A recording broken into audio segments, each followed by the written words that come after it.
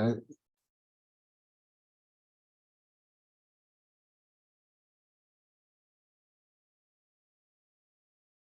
We are about to go live. Give me 1 second.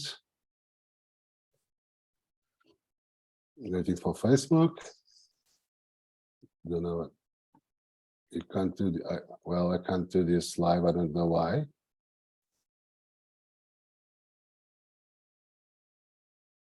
Well,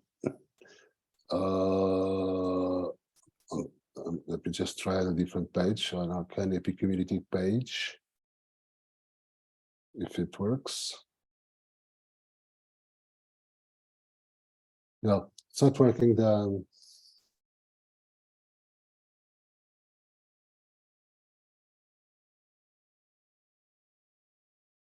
I'm not sure what's happening here, but it doesn't work.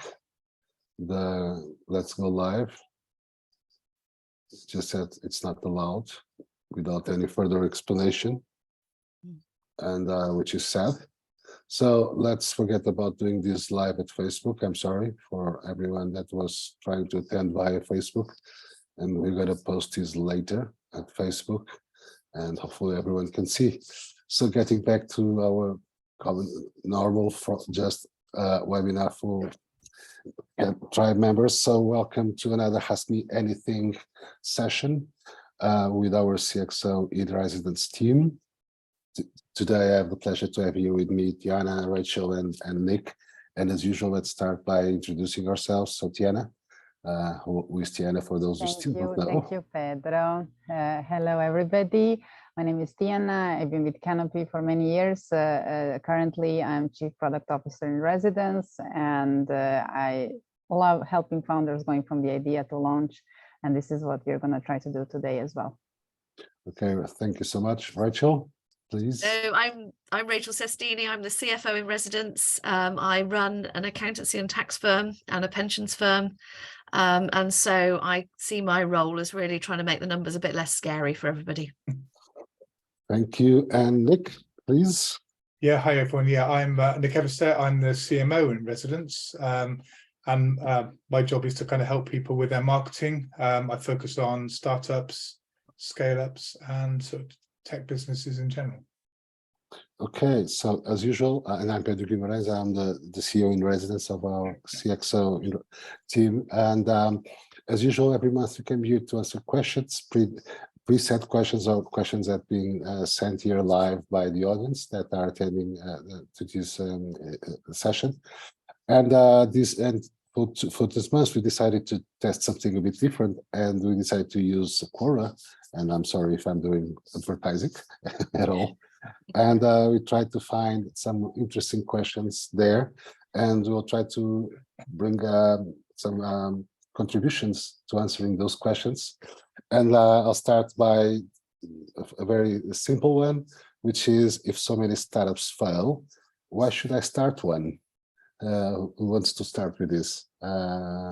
Rachel, being the money keeper. I'm going to go with a flying analogy on that one, which is one thing that we do say occasionally is if you don't go to the airfield, you're definitely not going to fly. If you do go, you might not, but if you don't go, you definitely won't. So if you don't start a business, you're definitely not going to succeed. It might not, but you've got no chance if you don't do it. So I think that's the answer to why start. Why you might continue is obviously there's nothing like actually seeing one of your own ideas develop and come to fruition and getting other people on side with it. Okay, thank you. And Tiana, any additional ideas, comments, suggestions? Yes, sure. So I see startups as experiments. So for example, if we want to experiment and give 10 tries to something to see that one works and 9 doesn't, we don't call this experiment a failure just because those 9 failed. We require them in order to do this experiment and learn something. So if we see startups as experiments, we don't really see them as failures. What it's important to do is to try to understand whether this particular instance of our experiment will work or not as early as possible before we invest our time, money, funds, efforts, mental health, etc. So as long as you can go super lean, super agile, test your idea early, validate your idea early, learn from it, and then continue with experimenting, there is nothing wrong about finding out that the exact idea you had in your mind is not going to work exactly in that way. And actually, we should face it early. It's probably not going to happen in that exact way you had it in your mind. Okay. And Nick, what do you think? Well, I mean, Tiana said it slightly more eloquently than me, but I was thinking that that's actually what we find is that most successful entrepreneurs have actually had unsuccessful startups in their past, and actually it was that learning from the previous experiments, as Tiana was saying, that actually has enabled them to create success in the future. And I think the other thing I thought was actually often entrepreneurs do what they do because they feel they have to, because there's a sort of imperative. It's not because they just get up in the morning and feel, oh, well, I'll be an entrepreneur instead of going to work. You know, they're often there's a problem, a real world problem they want to solve, or they want to change, or they want to make better. And it's that commitment to that change that drives them forward. Even if their first experiment fails, they come back and they experiment again until they, in many cases, till when they succeed. Well, I can't add much, but I would like to go on a slightly different idea, which is the concept of failing. Okay, failing in the traditional world, let's call it this way, is seen as something that it's a problem, and it's something that has a negative appreciation. Trying to be gentle with words. When an entrepreneur must look to failure as an opportunity to learn and expand and grow and improve. So the fact that many startups fail just means that many of them are trying to innovate, because most of innovations, like in any creative process, not everything we create is going to succeed. And it's very common to see, for example, in art, like paintings or something like that, that we see after today with modern technology, X-rays or whatever. They see that on the same canvas previously was something different, and then the artist decided to just redefine the background or something on the face or whatever. Which quite recently some very known art piece was screened like that. And so what we have to, I think what we have to consider is, based on everything that we just said, and just Nick just touched a very relevant point, which is I'm trying, I believe I'm involved, I'm connected, and I'm truly trying to do something that I think is super relevant. And so here the failure is just a result that I was not prepared enough. I was not able to actually deal with the challenges that I was facing, or sometimes it's just too soon for the things I'm trying to do, and I should have considered that. And so the failure is part of the process of innovation, and there is no failure-proof innovation process or cycle. So if startup fails, it means that there is people trying to innovate. So if you're trying to do something different, keep trying, just do it.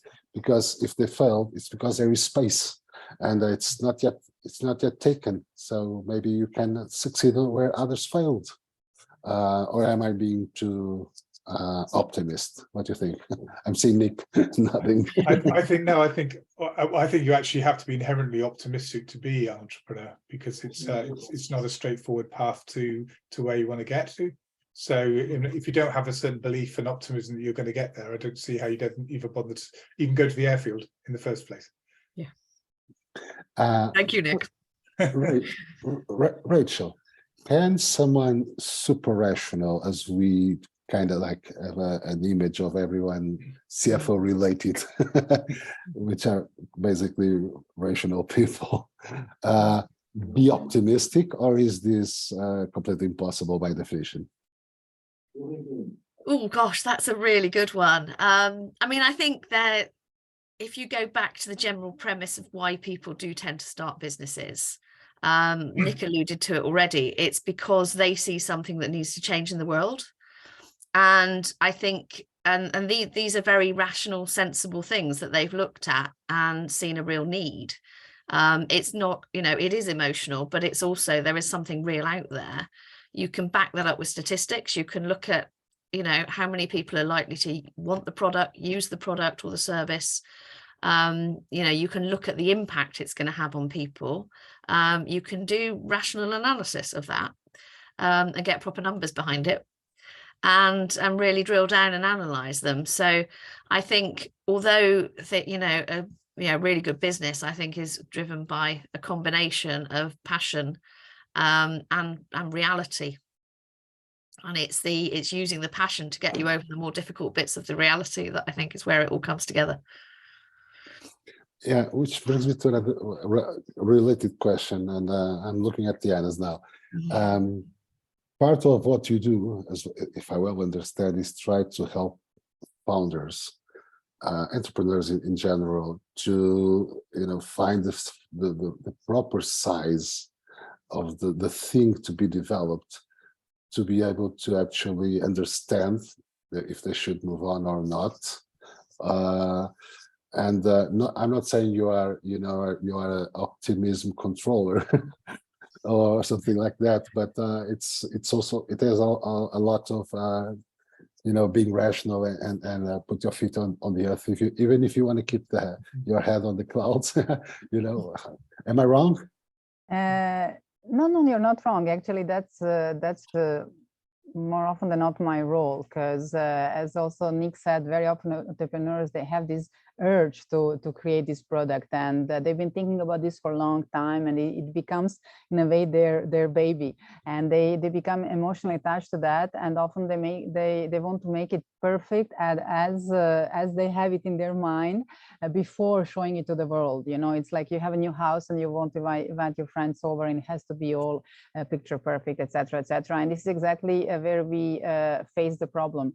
They invest too much of any kind of resources, even if it's only their own effort, and then if it fails, it really feels like failure, whereas we want this to feel just as an experiment. And this is where I come into the picture, and I'm trying to really scope this initial release to be really as minimal as possible, so that we can reach this target audience soon, and we can get this feedback, we can validate this idea before it feels like a big failure, right? So that before we invest too much into that. So we are trying to do it in a smart way, so that we convey this main idea, this main vision, this main solution with as little as possible of effort. When I say effort, of course, I mean feature, I mean time, I mean money, I mean all of that we need to invest. Yeah, and we're talking about startup failures and the impact on the will to keep doing things. So let's get back like a step down, and why do startups fail? And I'm not gonna just put the question like that.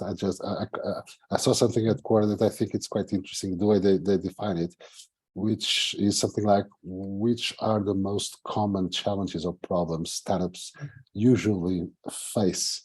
And I would focus on the early stages, just because it's otherwise it will be a long answer. So in your opinion, Nick, which are the most common problems or challenges that these startups usually face?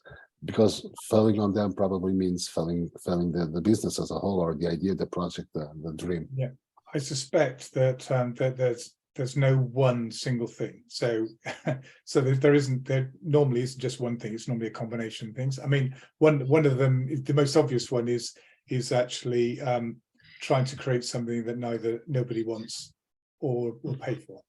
I mean, that's fundamentally, if you haven't got, in other words, what that says is you haven't understood what the target audience wants. That actually, so there's a sort of marketing element there in terms of understanding, does your product meet a need, and will people pay for it? Also, or it's up in effect for a business. So I think that's the kind of fundamental one, and of course that then has knock-on effects, because if you're not very, if that clarity isn't there, then it becomes harder to raise investment, because that's another huge stepping stone that that they need to go through. So anyway, yeah, that's just a couple of thoughts. Since it's a very complex question, I suggest we just let's make keep doing circles here. Just one idea per panelist. Okay, Sure. and we keep adding them, and hopefully it will take till the end of the of the today's session. So Tiana, one common problem or challenge companies face on the early day startups. Well, one I already mentioned. I think they make the step-by-step process in too big steps, so that they invest too much in each step, so they don't realize soon enough when they're taking a wrong turn. And then sometimes then they simply run out of this investment, whether it's an official investment or their own bootstrapping, or simply time they take from spending this time together with families after their day job, you know, so which leads to burnout. So if they would take smaller steps, they would somehow keep all those credits, whether it's time, money, etc., for the later experiments. So I think this is key. To do it in a really small iterations, so that you don't go all in before you get some feedback. And another thing is that it's a very lonely journey. Unlike a regular day job in a company where you have a bunch of colleagues and everything is somehow already like structured for you, many founders are very alone on this journey, and there is a lot of pressure from, exactly as I mentioned, for example, family that is missing them because they're not spending time with them, maybe also their day job colleagues who feel that they're more tired at work or something else. So there is a lot of pressure. So I think it's important that they don't feel alone on this journey. It doesn't necessarily mean they need to find co-founder immediately, because it's a challenge, but the community is super important. Something like we have at Canopy, having a community around you so that you can have you know, some kind of brainstorming and just talking about common challenges helps a lot. Yeah, Rachel, at least let's keep this in one or two the most. Yeah, so I mean, I think the main thing is it slightly plays into Tiana's point, is that people do underestimate the amount of resources they're going to need, because I think it's really easy to map things out as though everything's going to progress in a linear way, and there is that kind of start or fail mentality that we talked about before, where people think it's either going to succeed or it's not. And nobody factors in, when they do their initial cash flow planning, that actually they're going to go forward a bit and they're going to make some progress, you know, even when they do go post revenue. But you know, something else is going to come in that's going to make it more difficult for a time. And that's going to, you know, whether it could be something positive like scaling up, but there's always things every so often that suddenly need more cash flow that people don't seem to anticipate. Okay, I would add as too little research. Sometimes we think we understand when we just discovered something magical no one thought about, or we have a great understanding of the problem and we are just seeing symptoms, not the real problem, you know, behind those symptoms or something like that. And on the opposite side, some people tend to over-research and they never start because they invest too much time, effort, energy, and after a while, they either become a bit, how to say this nicely, a bit bored, or they get the feeling that it's already taken, it's already been sold, or it requires a lot of money, or super genius tech guy, whatever. And but I think this is more related to the type of personality of the founder than to the problem itself. But in short, not researching enough to understand if the problem is real and if their solution can be an actual solution for the problem. More suggestions? Anyone? More ideas? Why startups fail? I think I was just going to build slightly on what Tiana said about kind of team. That, you know, that obviously it's important to bring some ideas, but one of the things we had, questions we had just before was about, well, you know, about entrepreneurial positivity, and you know, there's this balance between faith and data, and you kind of need to put the two together to make it work. And sometimes you need second or third or fourth voice with different skill sets and different mindsets to give you a better picture of what's going on. Otherwise, you're just in your head and it's just faith. And I think that's that's where a lot of startups come a cropper, because they never really get going, because they've never actually, when the rubber hits the road, there's kind of nothing there. So I think that's really important. Also, I think one of the other things I think can happen is that the entrepreneur hands off to professionals too quickly. Yeah. And in other words, they still need to be involved. So, for example, I think for an early startup, you need to be your salesman or saleswoman, because you have to go and talk to customers and hear what they say about your product, about the warts and all. And if you sort of think, great, I've got some money, I've got some funding, I'll hire a whizzy salesperson to come and do stuff, you've now lost that connection. And if you're not careful, you'll find that actually the person you want for a salesperson is often someone who's good in a business that's already established. They're not so good in a business that's starting out, where half of what you need is feedback, not just customers. Yeah. Ladies, next. Yeah, I mean, I must admit, I do agree with Nick's point. It's very easy to get overexcited and think, oh, I've now got enough time, budget, energy to bring someone in to do these different things.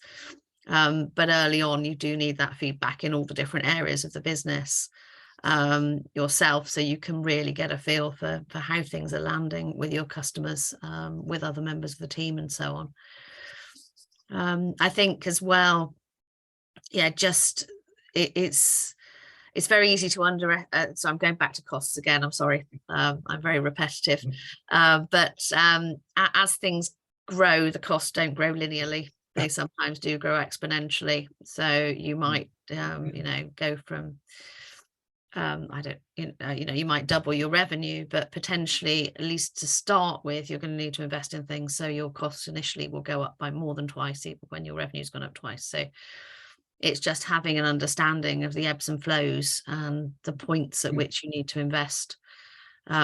I think there's also a counter problem to the one that Nick's managed. So bringing in experts too early can be bad, but also waiting too long to recruit can also be a problem.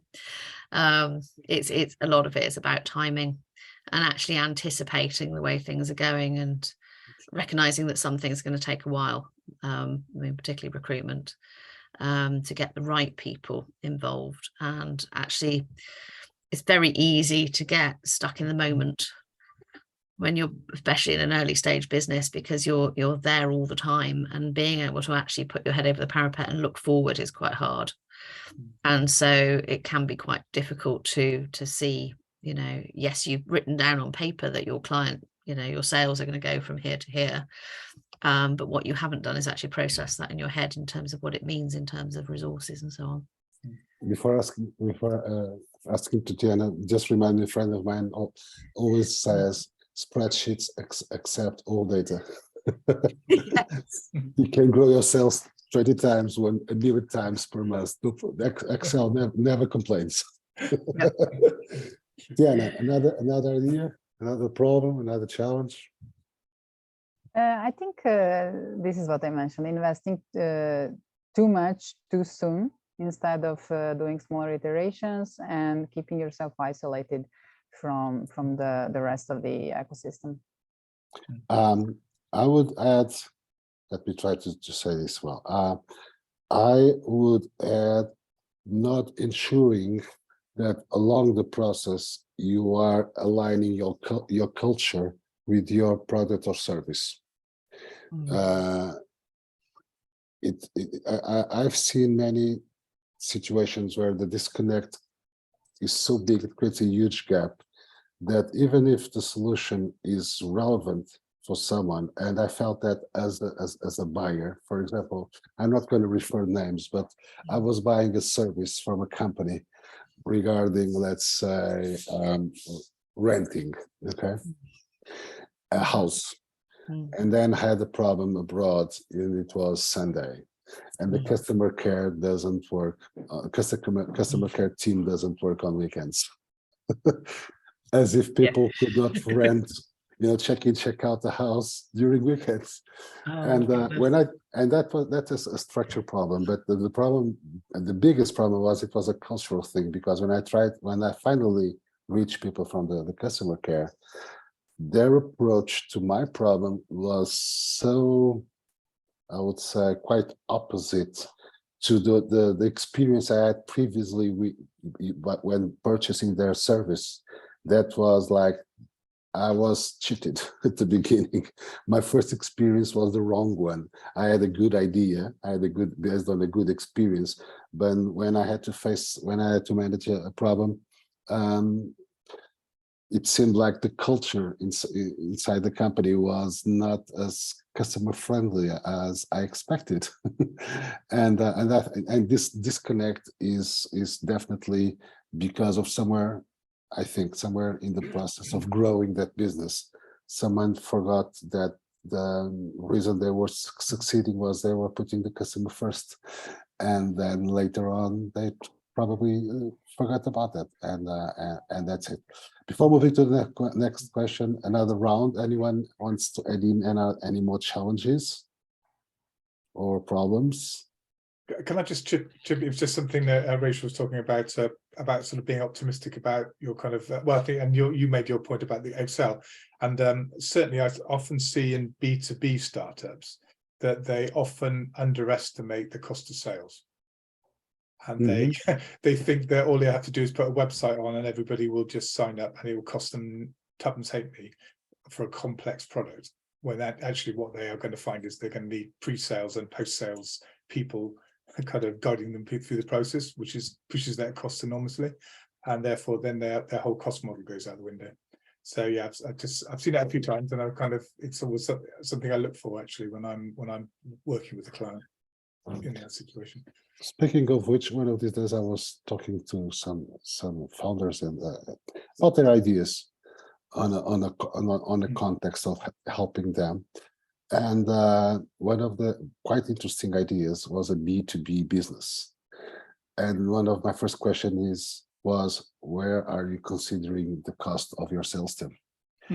Because if it's not a SaaS business, I can't imagine your business and their business was not in any way, they were not able to do it on a SaaS way. So I could not understand how they were planning to succeed if they haven't planned to have a real sales team. And they were not considering the cost of having a sales team. They don't need to consider it on the first day, because as you said, the first sales rep is the founder, and it should be, or she should be, because it needs to talk to the customers and really understands what they really think about what they're trying to do. On another occasion, I saw a company that was a tech business, a SaaS business, and they were underestimating I would say, the odds of some infrastructure costs would become exponential and not linear, as Rachel was referring, and I think they were not drilling enough the cost structure, and we tried a few simple questions, and they understood that there was a line somewhere where the costs could explode, and they were not foreseeing that or considering that, and that may imply not just restructuring the price, but the whole business model, and that can be the reason for the business to succeed or not. So having a clarity on costs and how they progress, I think that is really relevant to put this positively. Final ideas, or shall we move to the next question? Maybe Okay. let's move to the next question to keep it focused on the main challenges. Let's go. And so let's move on. And I would like to ask to all of you, how can someone who isn't a tech expert start a tech startup successfully? Is it possible, or is it impossible by definition? And I'll start with our Diana, probably the most techie among us today. Well, can someone that is not techie succeed? That's been my mission since 6 years. since I started my setup consulting, because on many startup events, I've been hearing exactly these questions by soon-to-be founders or like aspiring entrepreneurs. And the answer is absolutely. And actually, it would be pity not to. If you're a person who has a great idea, vision, motivation, you have this entrepreneurial mindset, and you have a lot of life and professional experience.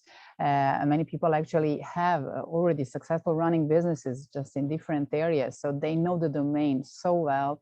They already know the target audience, etc. So it would be really a pity not to, because nowadays digital products are really one of the main ways to offer a solution. And not only that is one of the most efficient ways to solve problems of users, but also it can be very well compensating to the founder, because it scales much better than some other like physical products. For example, if you have a SaaS platform, right? So yeah, definitely the answer is yes. Don't give up. It's important, like in any other situation, when you're going from point A to point B, to understand what you are missing in order to arrive to point B. And in this case, as it's digital world, we can have digital services by consultants that can help you in this way. And nowadays, it's definitely possible. I've seen it so many times that within a few months, entrepreneurs are able to launch a digital product. Super. Nick, want to chip in something? Well, a couple of thoughts. One was, well, what's the definition of a tech expert? Because I think there are two different. I mean, often some of the people who are the greatest tech experts understand what the tech is for, not so much how it works. So they're often very good at of understanding customers, understanding the need. That's how that. I mean, I think of people like Steve Jobs. He was more of a marketing person than he ever was a tech person.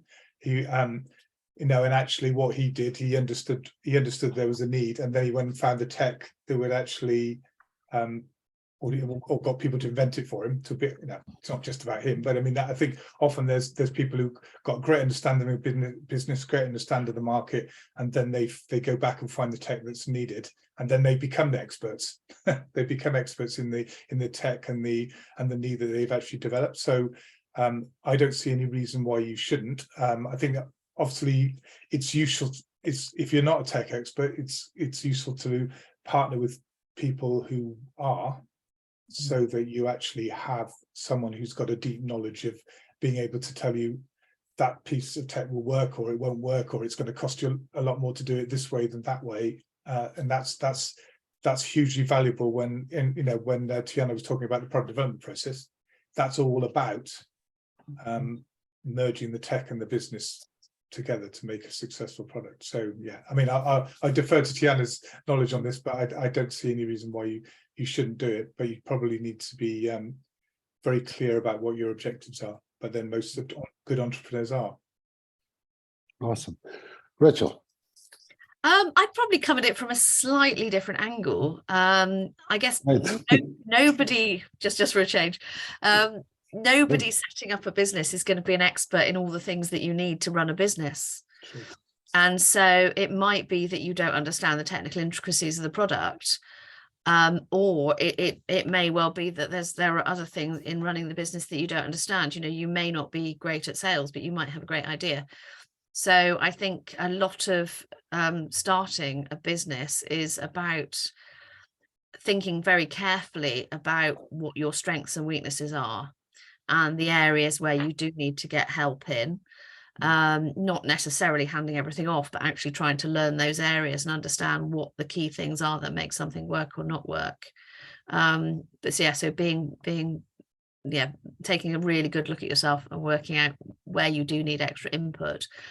Because dare I say, you could have someone who's extremely good at tech, but doesn't necessarily know how to sell. They're also going to need to bring someone in on the business. Actually, I could add to that. Even though I target always the non-tech founders, and my idea is to help them bridge this gap between their business idea and the tech execution. On a couple of occasions, I was approached by founders who are super techy, like Mhm. they are experts in data science, etc., and they are so much into their algorithm. They even gathered a team of other developers working together, but they realize that actually they need the bridge to the other side. Yeah. That is maybe not so common. Everybody thinks if you're a tech person, it should be easy for you to launch a tech startup. But they were facing challenges even at the way how they were organizing their development project, because they are really good engineers, but even organizing the project with like growing code base, growing team was a challenge, let Yeah. alone everything else, planning the business steps and partnering with everybody else in marketing, sales, and trying to also like explain what your solution is about, which sometimes also is a challenge for people who are so deeply involved in the engineering. So yeah, exactly as Rachel said, nobody knows all the aspects of business. It's impossible, literally impossible. I mean, if we only look at our board here, how many different fields are there, and none of us would be able to cover all these by ourselves. So yeah, going from point A to point B, trying to understand what you're missing for each step and reaching out. Great ideas. And I was listening to Nick, and I was just by chance today I saw a video from Steve Jobs, and he was sharing something which I'm a huge fan of tech for people, you know, tech serving people. And he was telling his story, and he was on a certain moment of his life, and it's this public. He left university, and so he stopped paying tuitions. He lost his bedroom, so he was staying in colleagues' bedrooms, and he was able to attend classes. And the classes that he actually liked to attend, and some, I would say, random things. And one of them was around calligraphy. So he learned a lot about calligraphy, and he learned about the typeface, the type fonts, and the balance between the shapes and the distances and stuff like that. And when they launched the first computers, they decided to embed on for example, the text editor, different type fonts, because he was in love with the beauty of writing in different ways. So before that moment, computers were, I would say, work machines. So, you know, remember those phosphorus screens, green, black, you know, terrible for the eyes, for developers or IT people. And after Macintosh and the first Apple computers, things were, I would say, handed to people. You know, the whole concept of the company was around that. And part of that magic was allowing people to write and print with beautiful type fonts. And then he said, mocking, because Windows always copied me, they did the same. And if it wasn't for those calligraphy classes I attended, computers would never be working this way, probably. And I think that's adds to what Nick was saying, that I can be a great tech expert without being a developer, a coder, or as a data scientist or expert developing blockchain, whatever. Maybe being a tech expert is just understanding how tech can add value to people's life, either by solving problems or bringing new stuff in. So I've seen quite a few non-developers succeeding in businesses that implied, I would say, to a certain extent, some form of deep technology or deep understanding of technology. But listen, there are always co-founders, there are always people you can hire, there are always people you can attract, and there are always people that you can bring in as advisors and stuff like that. And I really loved what Tiana was saying, that sometimes she comes from the other side. So the super talented developers need someone to bridge that to the reality of creating a business, reaching people, and turning that idea or that technology, that piece of technology. And one more good news, when you were mentioning now Steve Jobs and the people from that period, you know, started their businesses in a garage. So like they were limited also in the number of people they could collaborate with, because like First of all, garage is too small. And second, if somebody doesn't have business to be there in garage whole day and want to work in multiple garages, they would need to have a car to move from garage to garage. Okay, so let's go back to what we have nowadays. We have everything online. So it's possible for you to cooperate with literally early stage startups, the startups that just like had only an idea a month ago. They have 10 people on their Slack that are daily present there, and they don't need to pay full-time salaries for them because they want on they work on demand basis, like fractional roles, etc. So they can afford to have 10 experts working on their startup 1 month from founding. And this is amazing because these people can in the same time work on the other projects, so it makes it all worth, etc., etc. So this is an amazing time when you can have like 10 hats working on your project just from your Slack environment on your computer and paying these fractional expenses so that you can really afford to have all these people working on your product and helping you with everything that you don't know how to do well, so that you can have all the time and headspace to work on these things that you know how to do really well. And if I may again, sorry, I just remember even this week, Canopy, Stuart actually launched, I think this was this week or the previous week, quite interesting article around creating a board. And I think that is a super useful tool. I'm not saying you should do it on the first day. And if you want to know when it's the best time or what things you should consider on that decision, just read the article. But that is something that can be really super helpful because you can bring in experts, people not with great knowledge, with deep knowledge on their field.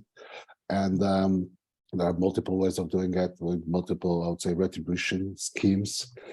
And on the process of defining these, either being fractional, a board, or a freelancer, or a co-founder, or whatever, Rachel, people should, to a certain extent, budget this also, not on the formal way, you know, on the business plan, because on the early stage there are no business plans, just plans. Business comes later, but they should keep this in mind, don't you think? Yeah, absolutely. I mean, I think so I just got slightly lost contemplating that it really is a very amazing time to be alive now, particularly for people who want to start businesses. We have access to so much knowledge and expertise that somebody 20 years ago would have really struggled to find. And yet you would have literally had to go and stand in a room with somebody, maybe get on an airplane to go and talk to them. And now we can literally just sort of dial people up at the push of a button, and they're there, and people are getting better and better at working in this way. So you can have a really effective board or advisory panel on almost any subject. It's just quite incredible. Yes, you do need some kind of budget to make sure that you can recompense people for their time in some way, whether it's sort of shares or actual pay or future promises of reciprocal work. You need something going out there to sort of make sure that people can do things for you. But yeah, it does really strike me that it's how much harder it must have been to do this before we had such great connectivity, and there is a whole new support environment out there for people. I mean, you know, Canopy is just one very good example of lots of people who do give, you know, some of their time for free to help impart knowledge to founders and get them that extra step forward in their journey. I'll take that occasion to say that on the post will be a link for our in residence CXO team, where you can book a 15-minute session for free with any of us. And it's a way not just to meet us, of course, but mostly a way of us trying to help you directly with your challenges and your problems, and feel free to do it. That's why we created this incredible team that I'm so super proud of being part of. And just use this resource, it's for free. Nick, now I have a question which is a slightly different from this one, and I would like to start with this one with you, which is, How can a SaaS startup get the first customer? Wow. Some ideas. There is no magic formula. Well, of course. there is no magic formula, and I mean, with any SaaS business, SaaS is a tech business generally of some kind.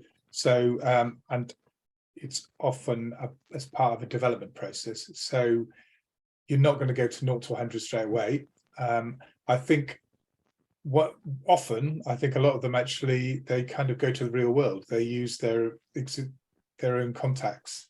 So it's about kind of building up from friends and family and your contacts and people you know in the industry that you hopefully build a network. So you kind of have to build a network before you can start a lot of these businesses, I think, in many ways, because often your first clients don't always come just by someone randomly finding a website and kind of signing it. In fact, in my experience, for a lot of B2B businesses, they often never get found that way, to be honest, and they only find the website later on when they've actually already interacted with the customers, with the client in some other way.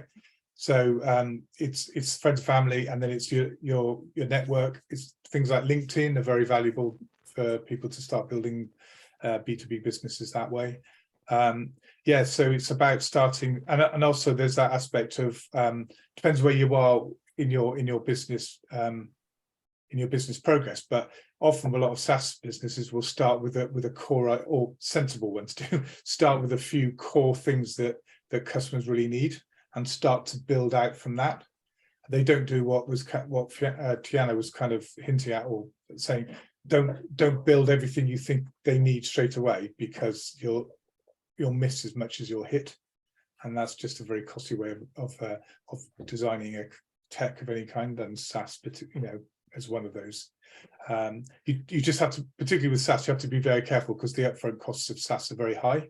So as you get going, your first customers will probably be the people you meet and interact with, but as you move forward, you're going to have to automate that process, and that's often quite a costly drain on capital. And I think it goes back to what Rachel was saying. Actually, often your costs a lot, and particularly for SaaS, they're front loaded, and your revenues are streaming away, hopefully into the distance, by keeping these customers for the long term.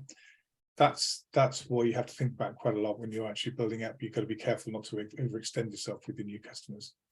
I'm not sure whether I've answered your question precisely, Pedro, but it's I don't know what is a precise answer. I don't know what is a precise answer to this question, but I sure enjoyed listening and learning from you, Nick. Thank you. Tiana, any tips and ideas? Yeah, from the product perspective, so yeah, we do rely on the marketing and sales people to sell the product. But from our perspective, what we can do, and what is very common today when you work with SaaS, is the freemium model. And then we need to think very well about what to do as free and what to do as a premium feature. So the free features need already to be really useful to people, so that they can really feel the power of the solution. But in the same way, they need to tease them into buying the subscription, right? So this is pretty tricky. So this is how we need to think how to reveal enough of our product so that the users can see how powerful our solution is, but that they still feel motivated to upgrade to the premium. And this is where we need to think a lot about the features we have. And there are many options there, whether it's like a full feature that we want to offer only as premium, or certain limitations, also how to present them. This is also a UX question. Sometimes it's a good strategy to kind of show everything, but as inactive, so that people see everything that can be available for them if they just use their credit card for a bit. There is a way, for example, to work if you have something that should be downloaded, that you have a watermark, so people like go through all the steps and they already generate whatever they want to generate, and they are already in love with that. And the moment they want to download, they they're missing this last step to be able to download without watermark. Of course, this is all announced, nobody's tricked in.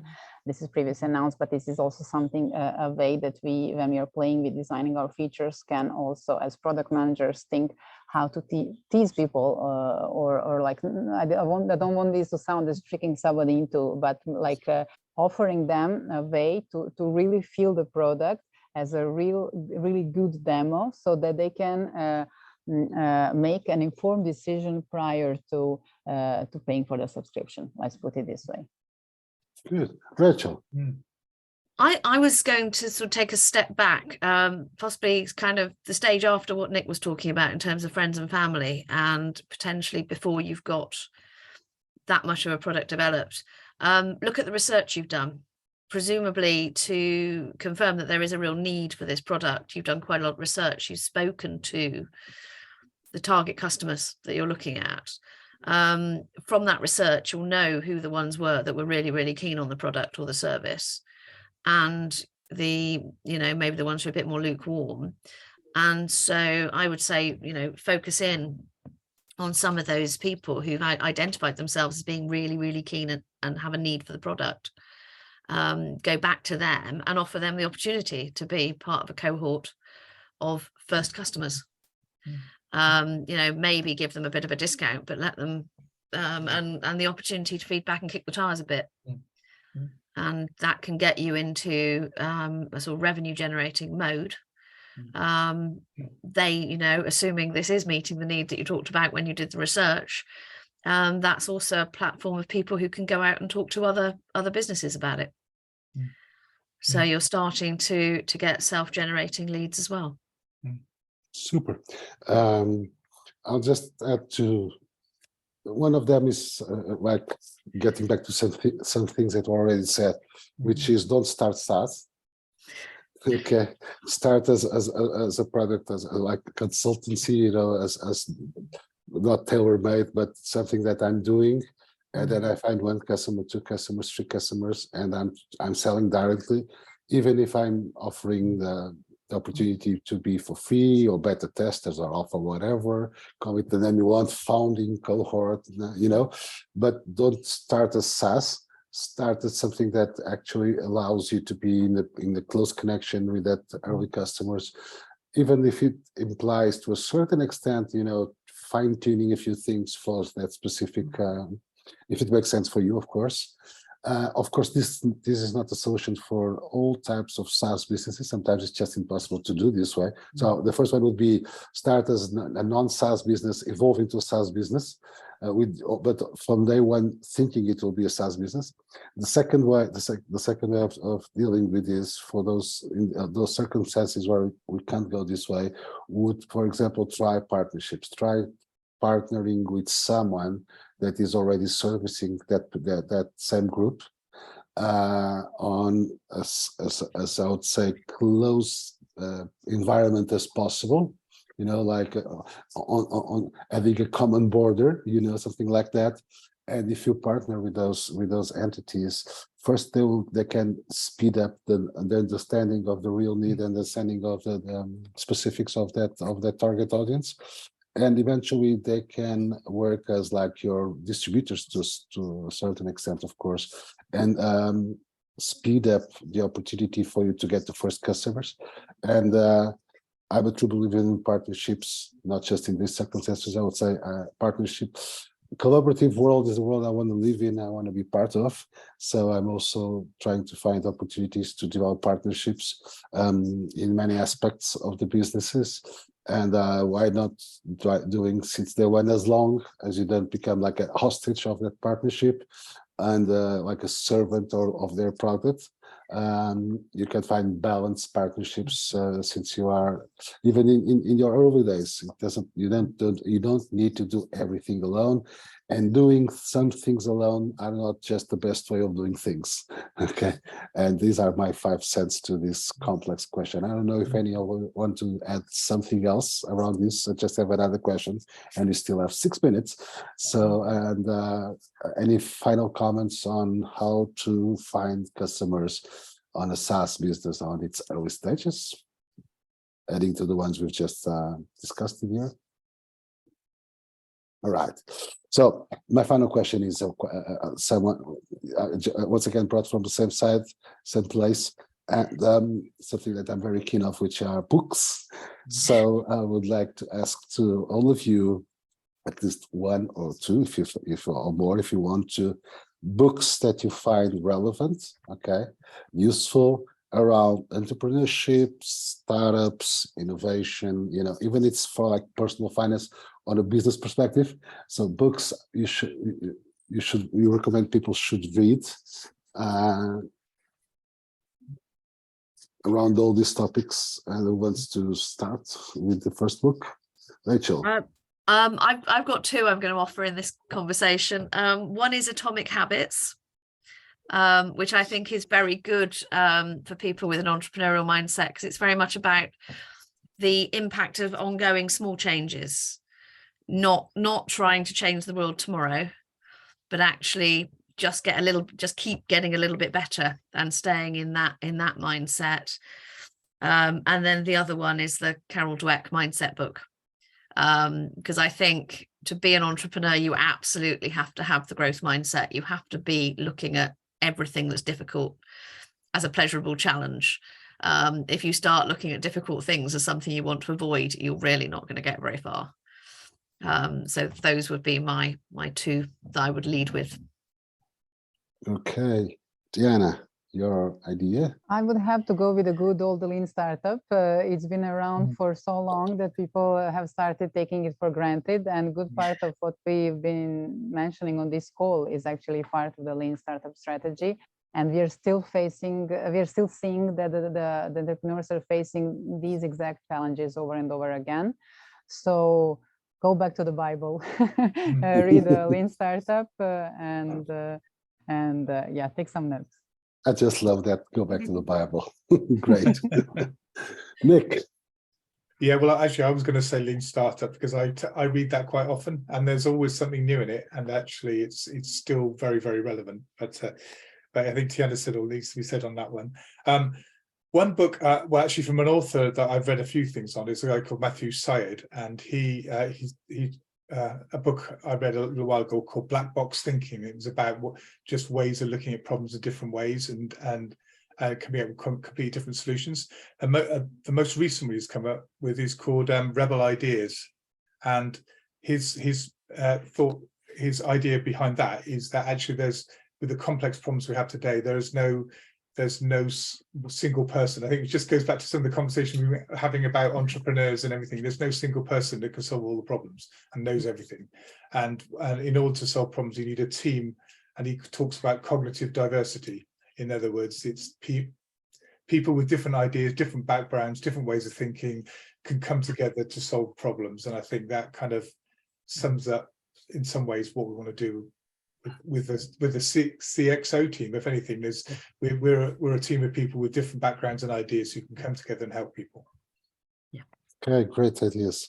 And later on the comments on the post, guys, please just post the names of the books, and so everyone can look for them if they want. I always try to find different books. So one for me is mandatory. It's The Art of War from Sun Tzu. And I think it's all about strategy. Business and strategy have a great connection for me, at least. And it's getting back to the Bible again. This time the strategy, the Babylon strategy from Sun Tzu. It was written thousands of years ago, and it's still so relevant. I think it's still taught at West Point Academy in the States. So probably it's not as outdated as some may think. And it's always, I don't say read it all because it's not as thin, but, just go through it, and there are some chapters that may make sense to you to read. And it's I would say it's eternal wisdom. There are some pearls of wisdom that are real eternal. And the other one, because of what story I just referred, I remember the biography of Steve Jobs from Walter Isaacson, and not because of Steve Jobs, the personality. It's not about making him the idol. Is to follow the life of an incredible entrepreneur, a super creative tech innovator that was not exactly a developer, and ups and downs. He was fired from his company before 30 after launching a huge success, and had to, you know, build and rebuild and adapt and adjust, and it changed so many, he and his company and his team, because it's, of course, he was quite special, but he surrounded himself by an incredible amount of amazing people, really amazing people. And the impact they had on so many different industries, you know, from I would say computers to distribution, you know, retail, music, books, whatever. So even today, they're probably the biggest mobile payments platform in the planet. So I think it's quite inspiring, not him as idol, but a good description of what may happen in a life, even to someone that is as successful as he was and as his company was. And well, it's my 5 cents to this discussion. Sadly, the one thing one ability we don't have is the ability to stop the clock and 1 hour flies every time I have the pleasure to have these conversations with you. So I can't thank you enough. Today was a quite super interesting episode because, as usual, and it's the whole idea around this Ask Me Anything from our CXO in residence team is bringing in so many different perspectives based on each of us have a different background and you know, line of work and experience. And I think this was quite well stated here today with these different questions. So a final phrase for everyone. So Tiana, any final remark? Keep it lean. Keep it clean. Nick? Just keep going at it. Don't give up. And Rachel? I was going to say, don't be afraid to start. Try it. Oh, It's right. more likely to work if you try. And I can think of saying anything better than what you just said. So have a great month. See you next month here on Ask Me Anything from our in residence CXO team. It was a pleasure having this conversation here today. Let's get back next month for more answers and for more questions and more answers. And have a great month. See you all. Thank See you you. next time. Thank you. Bye.